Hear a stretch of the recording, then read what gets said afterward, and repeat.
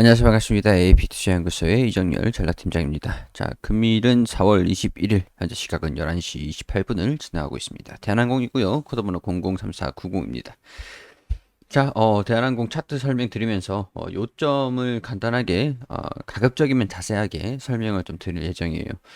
우리 대한항공이 지금 상황이 급격하지는 않은데 굉장히 좀 많은 내용들이 있기 때문에 여러분들이 이해를 하시기가 굉장히 어려운 상황이기 때문에 어떤 상황인지 잘 모르시는 분들도 굉장히 많으시죠.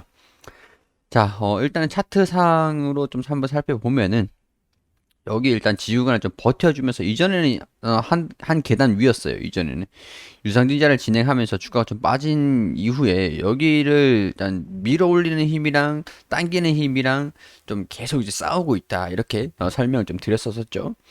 그리고 나서 지금 오늘도 이 영향권 안에서 계속 우행보를 진행을 하고 있는 모습들을 보여주고 있습니다. 자, 그런데 수급 같은 측면에서는 외국인 기관, 금융투자 보험에서 그리고 기타 법인, 연기금에서도 좀 매수 동향을 보여줬다가 오늘 같은 경우에서는 장중에 외국인이 매수를 하고 기관이 소폭 정리를 하고 보험에서는 매수 투신, 연기금에서는 매도하고 있는 그런 모습을 보여주고 있기 때문에 큰 동향 없이 우행보 흐름들을 보여주고 있다 이렇게 보시면 될 것 같아요.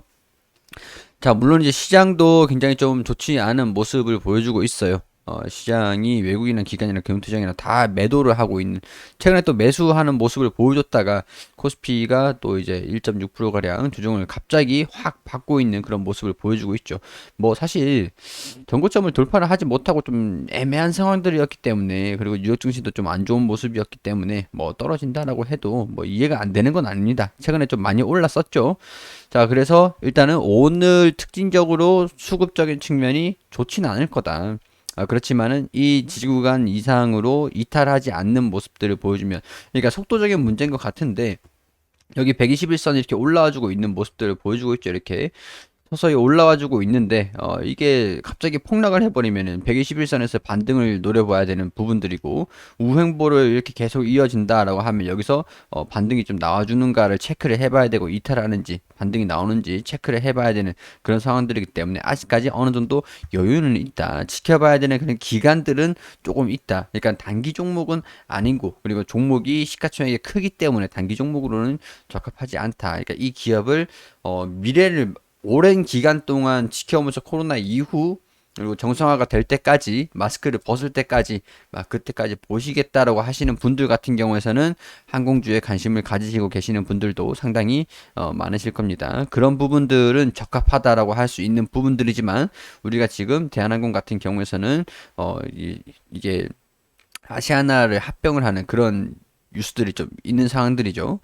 자, 우리 지분율을 좀 봐야, 이 기업에 대해서 지분율을 봐야 어떤 상황들인지 이해를 하실 수가 있어요. 특징적인 뉴스들이 좀 나와주면, 지금 어떤 대략적으로 그 시장에 좀 노출되어 있는 상황들을 보면은, 한진칼이 대한항공 지분율을 가지고 있고, 대한항공이 아시아나를 합병을 하기 위해서, 인수를 하기 위해서 산업은행이 지분을 또 도와주고, 조원태 회장이 그 지분 관계에서 좀 승리를 하고, 그런 부분들이 있어요. 산업은행에서 밀어주고 있다. 이 합병을 밀어주고 있다라는 부분들이고, 한진칼도 뭐 최근에 뭐 이건 뭐 좀 이따 말씀드리고, 대한항공이랑 아시아나 항공이랑 그리고 인수를 지분 확보를 하려고 하고 있는 그런 과정 중에서 아시아나가 갖고 있는 LCC 자회사들 이 통합 합병 이런 부분들이 중요하게 적용이 된다. 일단 지분 구조를 보면은 어떤 상황인지 충분히 추후에 지금 제가 말씀드리는 것들이 이해가 되실 겁니다. 자, 여기에서 LCC 통합법인 출범이 중요하다. 지배구조 변화를 언급하면서 두 가지 방안이 검토되고 있다. 자, 왜냐면은 자, 아시아나 항공은 아시아나 IDT의 최대 주주로 지분율 76%를 보유하고 있는데, 우리 사주 조합의 지분율은 0.53%. 그런데 공정거래법상 지주사의 손자회사는 중손회사의 지분을 100% 보유를 하고 있어야 되기 때문에 대한항공과 아시아나항공이 합병하기 위해서는 아시아나 IDT가 한진칼의 손자회사지만 그전에는 중손회사가 되기 때문에 손자회사로 만들어야 된다. 그렇기 때문에 여기에서 지분 구조 합병 그 방안이 중요하다. 첫 번째는 한진칼이 대한항공이랑 아시아나를 자회사를 두고 LCC 통합사를 손자회사를 두는 겁니다. 증손회사가 두는 게 아니라. 두 번째 옵션은 한진칼이 통합사를 따로 보유를 하고 대한항공이랑 아시아나항공이랑 이거를 이렇게 한진칼로 주는 겁니다. 이게 이렇게 일직선이 아니라 한진칼이 따로 이렇게 가지고 있는 게 되는 거겠죠. 보유를 하고 그렇게 되면 한진칼이 수혜를 받을 수 있지 않을까. 대신에 이 대한항공이랑 아시아나항공에서 수혜는 누가 받을 것인가? 한진칼이 지분을 보유를 하고는 있겠지만 아시아나항공이 대한항공이 아시아나항공을 합병을 함으로써 여기에 대한 수혜들 아시아나항공은 이제 불확실성이 해소가 된다. 대한항공이라는 산업은행이 밀어준다. 대한항공이 아시아나항공을 품는다. 이런 식으로 시장에서 보고 있다라고 하는 부분들이 되겠죠. 옵션이 두 가지가 있는 부분들인데 지금 이제 옵션은 1번, 2번 둘 중에 뭐 선택만 하면 되는 부분들이 어떤 것들이 시너지가 있을까라는 부분적인 요인들에서 자, 근데 합병을 여기서 문제가 되는 게 이 합병 옵션 1번, 2번이 있습니다. 근데 이거를 할 수 있을까 없을까? 그거는 각국의 합병 결합 기업 심사 승인이 합병 승인이 이루어져야 되는 부분들이다. 공정거래위원회에서도 합병 안 돼라고 해버리면은 합병할 수가 없는 부분들이기 때문에 그런 부분들을 우리가 주시하면서 지켜보고 있다. 이런 부분들이고 자 아시아나가 대한항공을 인수를 합병을 한다 이런 식으로 진행이 되면은 보통 아시아나가 가지고 있는 부채 그런 것들도 대한항공에 다 떠안겠다. 대한항공이 다 떠안겠다. 뭐 그런 얘기가 되는 부분들입니다. 그렇기 때문에 자, 이 화물 추이라든가 아시아나 항공이 적자가 난다라고 하면은 부채 같은 부분에서 그 적자가 나는 적자분을 대한항공이 메꿔야 되는 수가 있겠죠.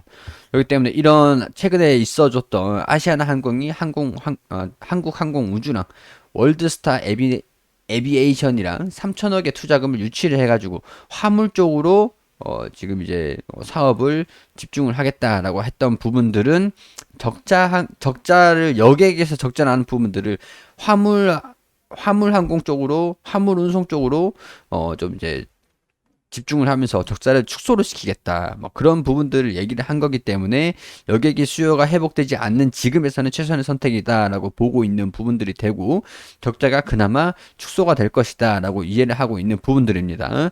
그리고 여기에서 지금 LCC라든가 LCC 밑에 있는 기업들이 있잖아요. 이 아시아나 항공에서 화물만 한다고 해서 되는 게 아닌 부분들이고 LCC 이 기업들의 적자가 또 축소가 돼야 되는 부분들이거든요. 그렇기 때문에 여객에 대한 수요 그리고 LCC들의 화물 쪽으로 이제 우리도 화물 해줄 거야. 항공 화물 해줄게. 운송해줄게. 이렇게 또 경쟁이 늘어남으로써 화물에 대한 운임료는 조금 떨어지게 된다. 그런 부분들을 보면은 대한항공이랑 아시아나항공이랑 화물을 진행을 하면서도 이전처럼 높은 운임료를 받지 못하기 때문에 영업이익률은 어느 정도 제한이 될 것이다. 라는 부분들이 전망을 할 수 있는 부분들이 되겠죠. 자, 그렇지만은 이런 소식들도 있었습니다. 코로나 이전에 넘었다. 국제선이 좀 중요한 부분들인데 국내선이 코로나 이전에 비해서 많이 줄어든 부분들인데 일단은 해외여행을 가지 못하기 때문에 국내에 대한 그런 수요들은 조금씩 증가가 되면서 코로나 이전의 수준을 넘어서면서 초저가 항공권 경쟁에 불이 붙고 있다. 출혈 경쟁으로 인해 수익성이 오히려 악화될 수 있다라는 전망이 좀 나오죠. 왜냐면은 유가도 상승하고 있는 부분에서 추저가 너도 나도 국내선 운항에 집중을 하고 화물 집중하고 뭐 그런 부분들인데 유가도 올라가고 수저가 전쟁을 하고 경쟁을 막 해버리니까 수익성이 급감하게 되는 요인들이다. 그렇기 때문에 오히려 수익성이 떨어질 수 있기 때문에 적자가 일시적으로 막 개선이 되는 그런 모습들을 보이기는 힘들 것이다 라고 하는 부분들이 되겠습니다. 자, 한진칼은 2주 만에 사무 회사채 100억 원을 추가로 발행을 했다라고 하는 부분들이 되겠죠.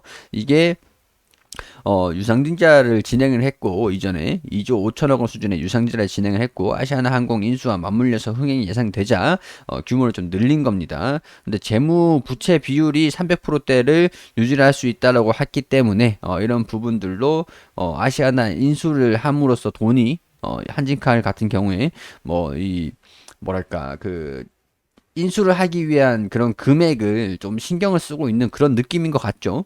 아시아나 항공에 인수를 했는데 한진칼이나 대한항공이랑 타격이 없게끔 여유자금을 조금 마련하는 그런 느낌들이다. 이런 식으로 설명을 해드릴 수 있을 것 같아요. 자, 종합적으로 지금 어떤 상황인지는 설명을 드렸습니다. 근데 제가 말씀을 드렸던 게 이런 것들이 흐름들이 좋은 거다 나쁜 거다 그런 부분에 대해서는 말씀을 드리지가 않았어요.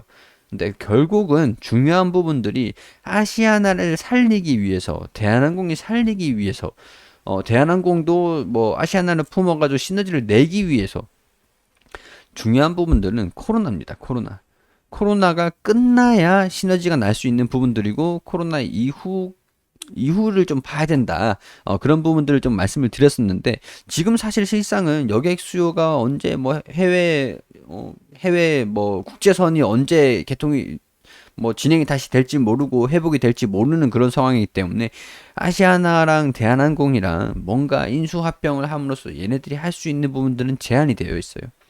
다른 국가들이 승인을 해줘야 되는 합병을 할 수 있는 부분들이기 때문에 막상 얘네들이 인수를 할 거야 산업은행이 인수를 시킬 거야 뭐 합병을 시킬 거야 이런저런 얘기를 하더라도 내 의지와는 상관없이 진행이 되고 있는 부분들이 좀 진행이 될 수밖에 없는 부분들이 좀 있죠. 그렇기 때문에 시장에서는 대한항공들을 그냥 지켜보고 관망을 하고 있는 것들이다. 이런 이슈들이 어떻게 진행이 될지 보고 있는 그런 상황들이다.